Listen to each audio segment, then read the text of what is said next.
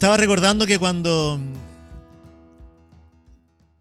nosotros predicamos en ISA Nehemías, fue el año 2014. Y el año 2014 habían salido algunas encuestas que en ese entonces me alarmaron, dado que reflejaban que el país estaba entrando a una dinámica religiosa, espiritual, que nunca antes nuestra nación había experimentado. Durante todo el siglo XX el país se había autodefinido como un país católico, confesional, practicante. Si habías nacido en Chile eras católico. Y por otro lado estaba el grupo de los evangélicos militantes que se autodefinían como no católicos, sí o no, súper fuertes y férreos. Habían llevado vidas de incluso persecución.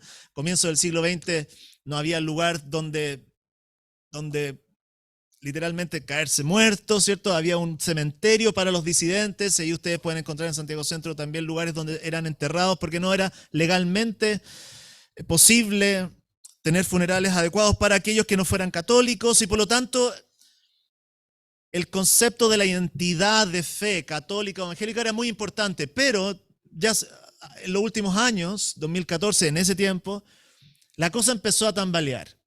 Las cifras del mundo católico se sinceraron, descendieron, y uno podría haber imaginado que el pueblo evangélico se mantendría firme. Sin embargo, lo que notamos eran que las cifras del mundo evangélico empezaron a reflejar el tipo de nominalismo que siempre el evangélico le había criticado al católico. Ustedes son unos nominales. Pero en los últimos 10 años hemos visto que la mitad del mundo evangélico no asiste a la iglesia. Y lo que más nos preocupaba a nosotros, y ustedes lo van a poder ver en ese libro, era que de esos que no asisten a la iglesia eran menores de 35 años. Y por lo tanto, empezamos a levantar una alerta. Y dijimos, si es que la mitad de los jóvenes, si es que las personas menores de 35 años, la mitad de ellos no está yendo a la iglesia, esto afecta directamente el futuro de nuestra nación, la salud de la iglesia. Si queremos formar y plantar nuevas iglesias, levantar nuevos pastores, y el corazón de lo que ha sido siempre la iglesia, su juventud, está decayendo, entonces hay que preocuparse. Y por lo tanto empezamos a orar, clamar, buscar, Señor, esto no puede parar.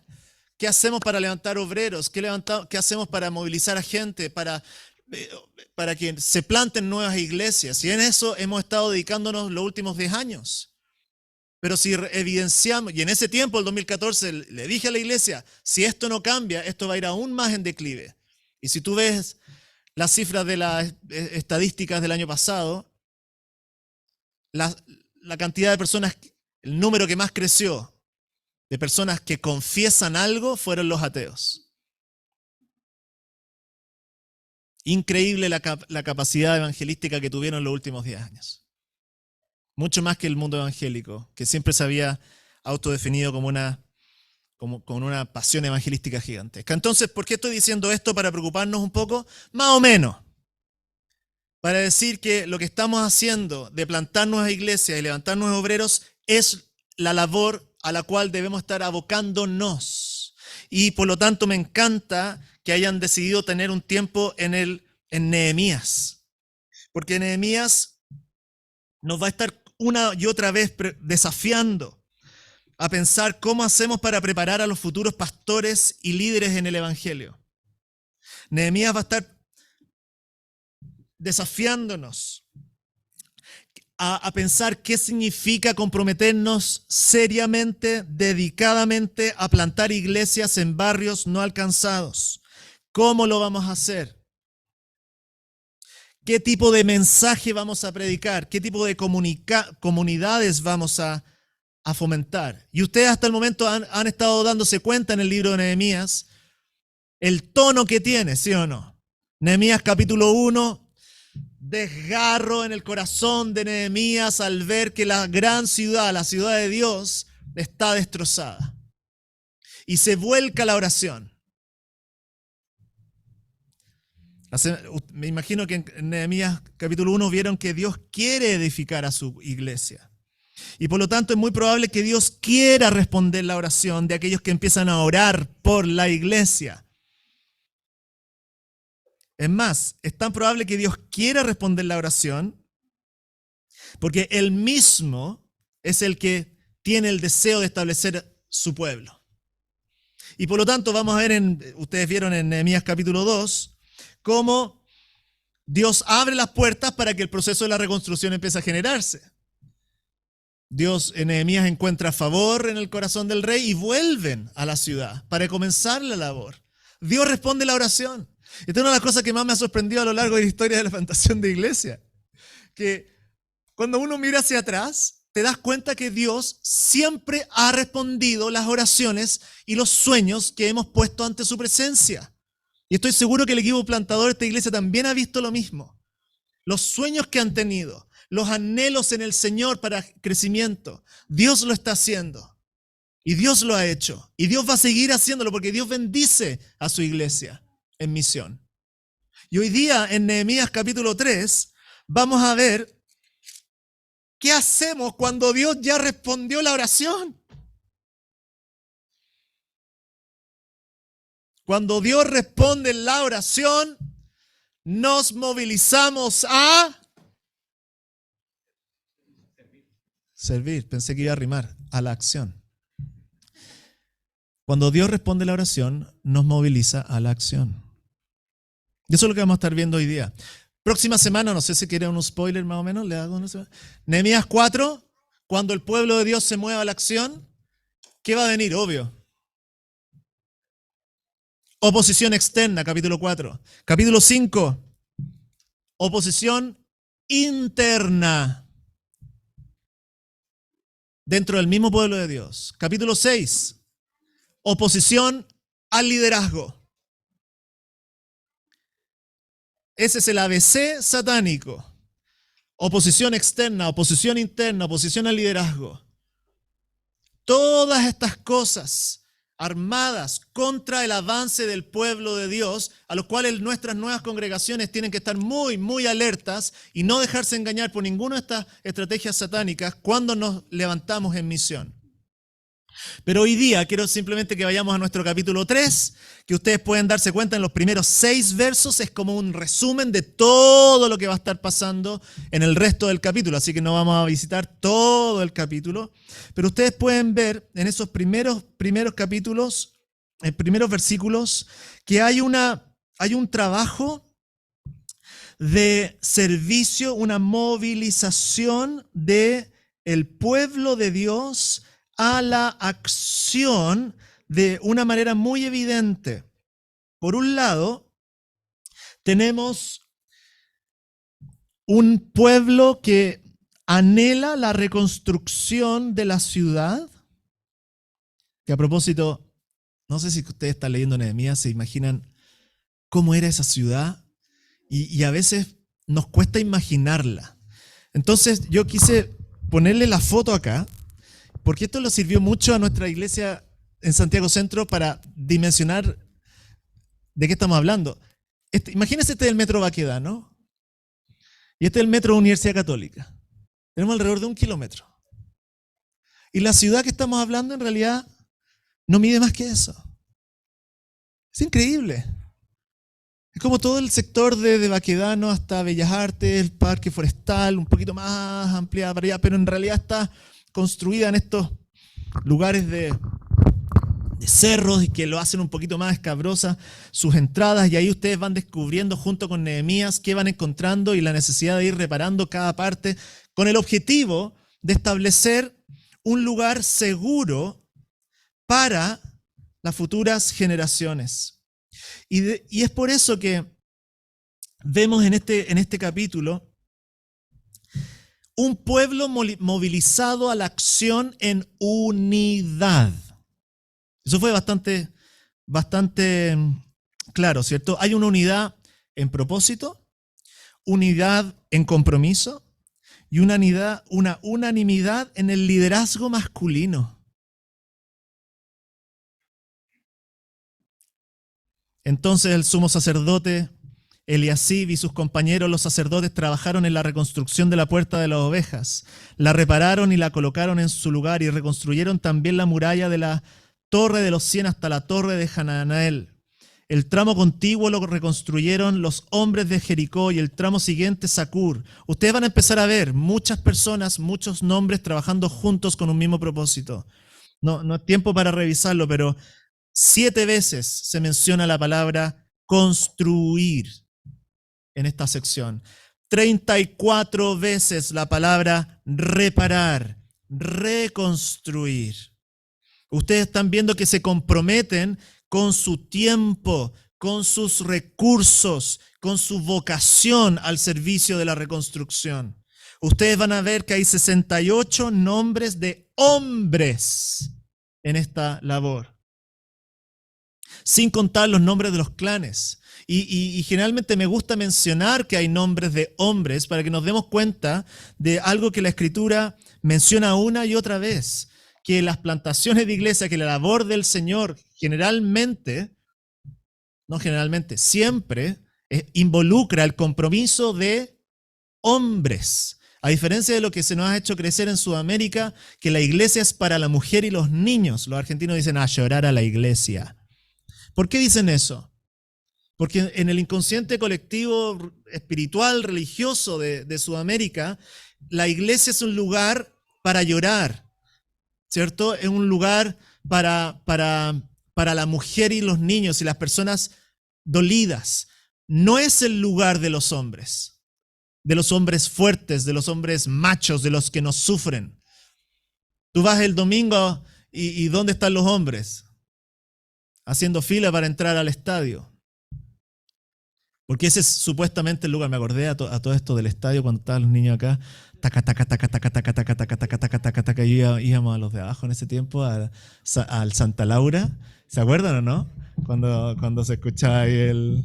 ¿Quién fue alguna vez? ¿Sí? ¿Y cómo suena ese Santa Laura? Así sonaba, me acordé. Tuve un lapso. Pero en la Escritura, el rol de los hombres es clave para el avance del reino. Los equipos plantadores, los equipos de iglesia, la misión, siempre ha avanzado por medio de hombres y mujeres llenos del Espíritu Santo. La labor de hombres que son discipulados y traen sus vidas bajo el gobierno de Jesucristo es clave para el avance del reino.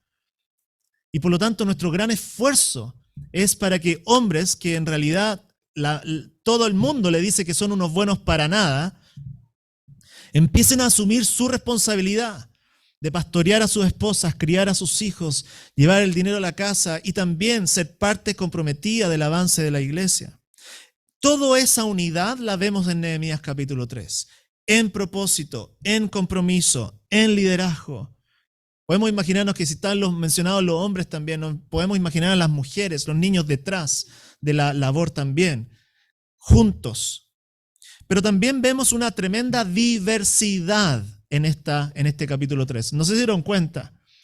Diversidad, ¿qué cosa? Hay por lo menos 7 cargos importantes mencionados. Sacerdotes, diferentes nombres. Hay por lo menos 5 oficios. Hay 32 familias. Hay 36 nombres de personas. Hay 7 ciudades mencionadas, 4 clanes. ¿Qué está queriendo decirnos el capítulo 3 en Nehemías? Todo el pueblo de Dios trabajando unidos en el establecimiento de su reino. Y todo el pueblo significa la diversidad del pueblo. Todos aportando de sus capacidades diferentes para el desarrollo de esta misma visión. Hay un solo grupo que no está trabajando. ¿Lo vieron en el verso 5? Me llamó mucho la atención. Son los que marcan la nota alta. Verso 5, los de Tecoa reconstruyeron el siguiente tramo de la muralla, aunque sus notables no quisieron colaborar con los dirigentes. Ya empezamos a ver que hay drama. Podemos imaginarnos que los notables van a volver a aparecer en el libro de Nehemías. Pónganle una mirada ya cuando yo no esté acá en el sermón. Cada vez que digan notables, ¡buh! Los notables, no sé qué se creen. ¿Se creen notables? ¿No creen colaborar con los dirigentes? ¿Habrá clasismo dentro de ahí? Puede ser. Pongan ojo cuando lleguen a Nehemías 5. ¿En qué van a estar metidos los notables? No los pelemos todavía. Pero ellos marcan la nota. ¿Cuál es la nota disonante? Dense cuenta, no es lo raro, es que los raros son los que no hacen nada en este capítulo 3. La norma, el común, es todos trabajando unidos para un mismo propósito. Me encantó ver llegar acá a las personas a la iglesia. La última vez que los vi fue en IRACAP, chiquititos, poquitos, armando todo. Y ahora todos sirviendo, trabajando, los niños, músicos, enchufando sillas, etcétera, etcétera. Y después 20 niños, una sola profe para tanto. Tengan misericordia, por favor. Oye, me encantó ver eso. Parece una escena de Nehemías 3. Pero no sé si algo más les llamó la atención. Y esto es algo que quiero ir ya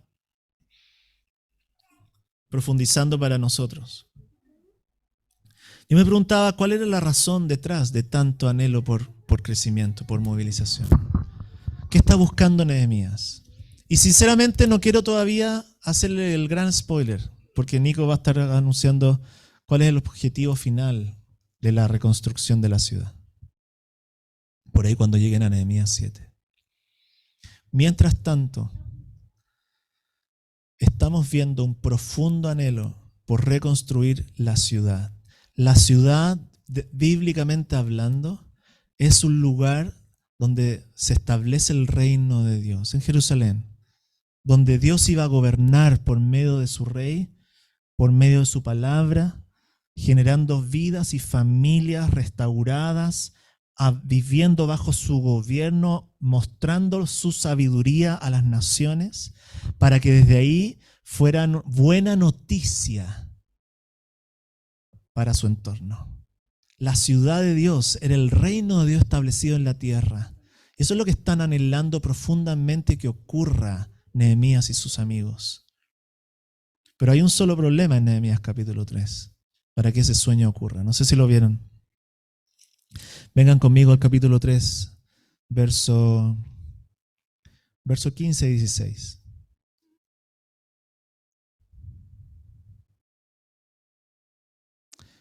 El versículo 15 termina diciendo que se reconstruyó también el muro del estanque de Siloé, que después lo vamos a encontrar en Jesús. Siloé significa el enviado. Que está junto al jardín de ¿quién? Del rey. Hasta las gradas que llevan a la ciudad de ¿quién? David. Nehemías, hijo de Azbuk, gobernador de una mitad del distrito de Bet-Sur, reconstruyó el siguiente tramo hasta el lugar que está frente a ¿qué? A los sepulcros de David. Tenemos pueblo, tenemos lugar, pero no tenemos rey. Y una ciudad sin rey, el reino de Dios sin rey, no puede funcionar. Y por un lado, es una muy buena noticia que tengamos a todo el pueblo trabajando para la reconstrucción de la ciudad de Dios. Pero por otro lado, en Nehemías 3, también es una señal de tristeza, porque no hay rey. Y quiere decir que si no hay rey, la pega del pueblo va a ser mucho mayor. Porque si podríamos pensar en los tiempos si hubiera estado David, ¿qué hubiera estado ocurriendo? Habría seguridad, habría victoria, habría adoración en el templo, habrían cánticos, habría sistemas de sacrificios funcionando. Ahora lo único que tenemos en Nehemías 3 es un recuerdo de los sepulcros del rey, el rey muerto. ¿Pueden sentir la sensación de orfandad, de desprotección? la necesidad de autosalvataje que está teniendo Nehemías y su gente? Por un lado, hay mucho que aprender en Nehemías 3 respecto a la movilización del pueblo de Dios. Por otro lado, hay mucho que entristecerse porque no hay rey. Y si avanzamos rápidamente a nuestra vida, a nuestra historia, llevando este Nehemías 3 a nosotros, ustedes ya saben de qué manera esto cambia, ¿sí o no? Porque la historia continúa. Y después de que vimos que Nehemías logró de alguna manera restablecer la ciudad de Dios y reconstruir el escenario y traer la palabra de Dios con Esdras, aún así el pueblo sabía que no estaba en el lugar que anhelaban estar con Dios. Y ustedes se van a dar cuenta, sigan leyendo el Antiguo Testamento, se van a dar cuenta que el pueblo va en decadencia una y otra vez y nunca se logró establecer el reino de Dios como tanto anhelaban, porque nunca llegó el rey, nunca llegó tal rey. Hasta que después de 400 años de absoluto silencio,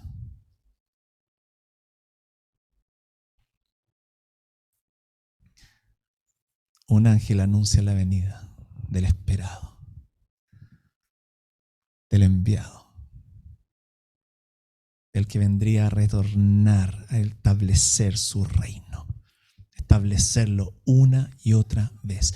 El verdadero rey que iba a mostrar con su vida y con su muerte cuánto él anhelaba establecer el reino, mucho más que Nehemías. Estuvo dispuesto a dar su vida para arreglar el mayor problema que existía para la conformación del reino, que era nuestro pecado, el pecado de su pueblo. La razón por la que estaban fuera de la tierra era porque habían pecado. Habían recibido el juicio de Dios. Y Jesucristo, el Rey de Dios enviado, puso su cuerpo, su vida, la totalidad de su ser en la cruz para Él recibir el juicio que su pueblo merecía, para que su pueblo pudiera ser reconciliado con el Padre. Ese es el anhelo profundo que Jesús tenía, mucho más que el de Nehemías, por establecer el reino en la tierra.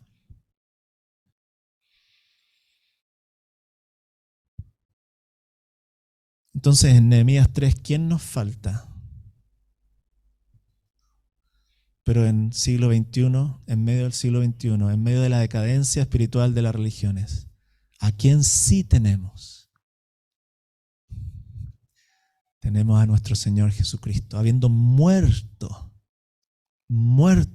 para reconciliarnos con el Padre y para establecerse como el Rey de Reyes y Señor de Señores. Porque si vamos a Efesios capítulo 2, ustedes van a ver que Cristo en un solo día hizo mucho más que todo lo que Israel había logrado hacer para autoestablecer su propio reino. ¿Se acuerdan capítulo 2? Verso 14 en Efesios, porque Cristo es nuestra paz. Shalom. Cristo es nuestra reconciliación. Paz en todos los ambientes. De los dos pueblos, judíos gentiles, ha hecho uno solo, derribando mediante su sacrificio, ¿qué cosa? Muro de enemistad que nos separaba. En la cruz, en un solo día, derribó lo que por miles de años no se había logrado hacer. Crear un solo pueblo. Y no solamente eso, conformarnos como su familia. Mira, sigue leyendo el verso 19 de Efesios. Por lo tanto, ustedes ya no son, ¿qué cosa? Extraños, extranjeros, sino conciudadanos de los santos. Pongan atención al lenguaje de ciudad. Conciudadanos de los santos y miembros de la familia de Dios. Edificados. Esto es construcción, muchachos. Edificados sobre el fundamento, ¿qué cosa? De los apóstoles y profetas, la palabra de Dios, siendo Cristo Jesús miembro, ¿qué cosa? Mismo, la piedra angular, Jesucristo, al centro del edificio. En Él todo el edificio bien armado se va levantando para llegar a ser un templo santo en el Señor. En Él también ustedes son edificados juntamente para ser morada de Dios por su Espíritu. Mientras Nehemías se esforzaba por establecer ladrillo y piedra sobre piedra, ahora Jesucristo ha transformado en esas piedras en personas. Y la labor de Jesucristo es ir ahora reconstruyendo la iglesia por medio de nuevas vidas que se van uniendo a su edificio centrado en Él, que Él es la cabeza. Cada una de las personas, dice el apóstol Pedro en su carta, es una piedra viva que va haciéndose parte del edificio que Cristo construyó. Cuando leía Nehemías nuevamente, veía cansancio, veía agote, veía la pega en nosotros. Cuando llego a Jesucristo, decía, destruyan este templo. Y en 3 días lo reconstruiré.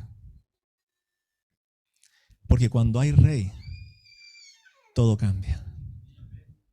Cuando hay rey, la iglesia se moviliza en su poder, segura para la acción de la reconstrucción de vidas que están en necesidad de ser reconstruidas y ser vinculadas al pueblo vivo, santo y diferente de Dios. Entonces, ¿qué nos queda a nosotros? Cuando hay rey, hay 2 posibilidades. Y generalmente la iglesia cae en estos 2 errores. Por un lado, cuando hay rey, algunos dicen, viven como si no hubiera. Entonces dicen, oye, la labor de la iglesia nos toca a nosotros y yo hago esto otro, y yo soy bueno para la música, yo soy bueno para organizar. Y mientras vivimos nos damos cuenta de que hago las cosas sin el poder del rey.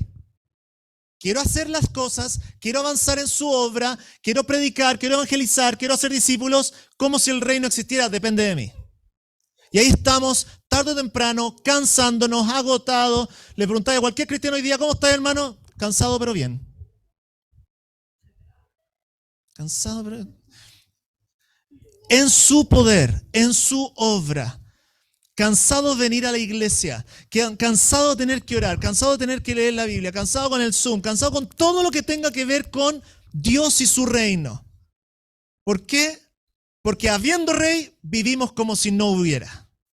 No tengo contacto con el rey. No sé cómo vincularme a su poder transformador. No estoy a sus pies como María, dependiendo de su palabra, pasando tiempo quieto, dependiendo de su Espíritu Santo.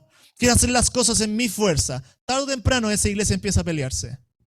Quieren hacer las cosas del rey sin el poder del rey. Y por el otro lado, y en esto nos parecemos más a los anglicanos, decimos, ¿cómo hay un rey? Entonces no tengo nada que hacer. Entonces ya lo hizo todo. Anglicano, ¿sí o no? Si Cristo ya lo hizo todo. Los reformados, somos reformados, creen que Cristo ya hizo la obra. No tenemos nada que hacer. Nada que hacer, Cristo lo hizo todo. Y es verdad que Cristo lo hizo todo, es obvio que es verdad. No estoy diciendo que nosotros nos ganamos la salvación o que tenemos que colaborar algo en nosotros, ponerle nuestras perlitas para que Dios nos pesque. No, porfa, entiéndame bien. Porque hay un rey, nos movilizamos en el poder del rey. Nos unimos a lo que Él está haciendo.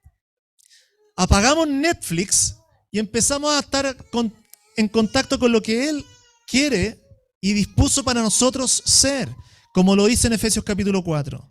Vengan conmigo a Efesios capítulo 4. En resumen, ustedes van a ver que es el Cristo resucitado el que da poder y dones a su iglesia. Y da poder y dones a su iglesia para hacer la obra del Rey. ¿Qué significa en resumidas cuentas? Construir y reconstruir vidas a la imagen de Jesús. Efesios capítulo 4, verso 11. Él mismo, está hablando de Jesucristo, constituyó a unos apóstoles, a otros profetas, a otros evangelistas y a otros pastores y maestros. Vean la diversidad. ¿Para qué? Verso 12. A fin de capacitar a todos a todos, dice la palabra, al servicio. ¿Con qué objetivo? Verso 13. De este modo, todos llegaremos a la madurez. Y la madurez en Cristo significa a la unidad de la fe y del conocimiento del Hijo de Dios, a una humanidad perfecta que se conforma a la plena estatura de Cristo. Entonces Cristo murió en la cruz y resucitó para empezar a reconstruir vidas que están deshechas, que están quebrantadas, y lo hace por medio de su entrega, de sus dones a la iglesia, para que vayan en su poder, invitando a vidas para ser transformadas a la imagen de Jesús. Y en esa labor todos somos parte. Quiero terminar con esto. Algunos de ustedes están diciendo, yo no sé de qué manera esto se aplica a mi vida. ¿Qué rol tengo yo dentro de este plan? ¿Cómo voy a yo ayudar a otros si acaso tengo mi vida como está? Yo quiero, si es que hoy día hay un rey, y eso es lo que nosotros creemos, que murió y resucitó, y Él nos ha dado dones, y Él nos está transformando a su imagen, ¿por qué no partes por ti mismo, por ti misma? Por tanto, Señor Jesús, ¿hay algo que hoy día tú quieres reconstruir en mí? En mi vida. Antes de pensar reconstruir Puente Alto entero, en mi vida. Si no sabes por dónde partir, cómo empezar a desarrollar dones, capacidades, dónde calzo en el plan de la plantación de iglesia, el servicio, los dones, antes de eso, te ruego, ándate hoy día para la casa y dice, Señor, ¿qué quieres transformar en mi vida a tu imagen? Tú moriste en la cruz para pagar todos mis pecados y resucitaste mostrándome el infinito poder que existe a mi disposición para llevar a cabo tus planes en mi vida. ¿Qué quieres hacer en mí? ¿Qué quieres transformar en mí? ¿O acaso esta mañana no tienes nada de qué arrepentirte? Dime. ¿No hay nada que te gustaría que Jesús viniera a iluminar, a transformar, a renovar, a rescatar, a reconstruir? ¿No hay nada? ¿Sinceramente estamos en ese lugar hoy día?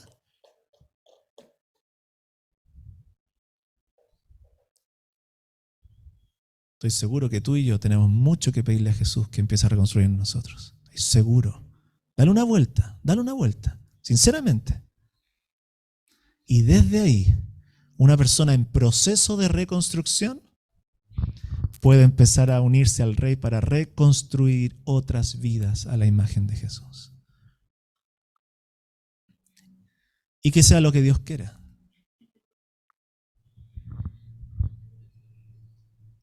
¿Cuáles son tus dones, tus capacidades? ¿Qué traes tú? ¿Con qué vas a aportar? Que sea lo que Dios quiera, para su gloria. Termino con esto. Ustedes saben que la iglesia anglicana comenzó con misioneros viniendo de Inglaterra al sur de Chile, a trabajar con mapuches, a establecer lugares de servicio cuando el Estado todavía no había llegado a esos lugares. Educación, colegio, agricultura, capacitaciones. Hay una iglesia en Maquehue que tiene un cuadrito en una de las murallas. Hay muchos cuadritos en las murallas en la iglesia que recuerdan a muchos de los próceres, pastores, obispos, como los líderes de la iglesia, y dicen aquí el primer pastor, fecha de nacimiento, fecha de función, etc. En honor a. Pero hay una placa que a mí me llamó mucho la atención. Es una placa de un nombre de una niña, de una mujer, pero joven. Por la edad de nacimiento tú puedes ver que probablemente había muerto como a sus 30 años. Una mujer. Inglesa. En Maquehue. Y la frase para honrarla decía lo siguiente. Salía su nombre, la fecha de función Ella hizo lo que pudo.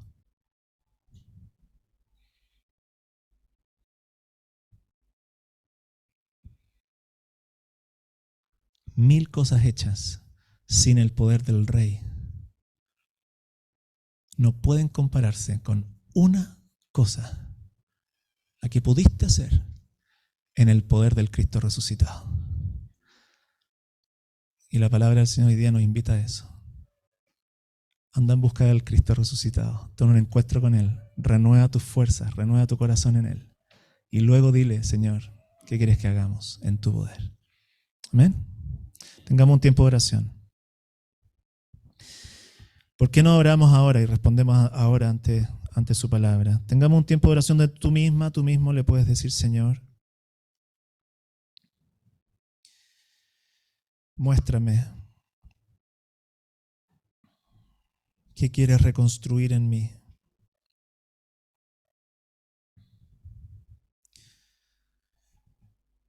¿Qué área de mi vida no está reflejando el carácter de tu Hijo?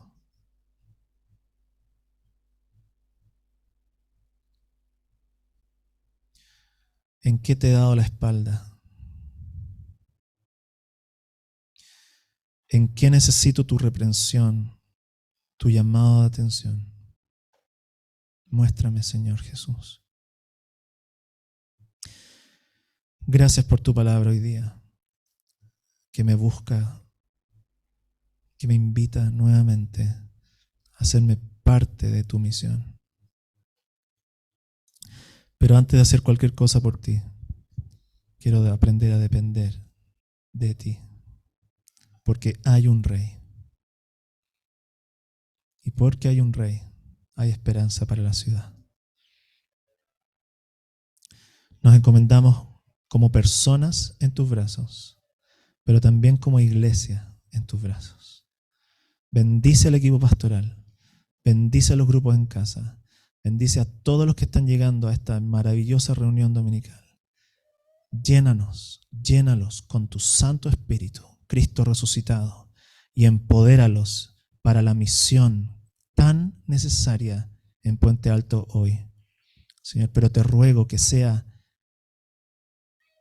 con la convicción de que hay un Rey y que vayan en tu poder para que sea claramente para tu gloria y la alegría de todos aquellos cuyas vidas van a ser reconstruidas a la imagen de Cristo por su poder y nuestro testimonio.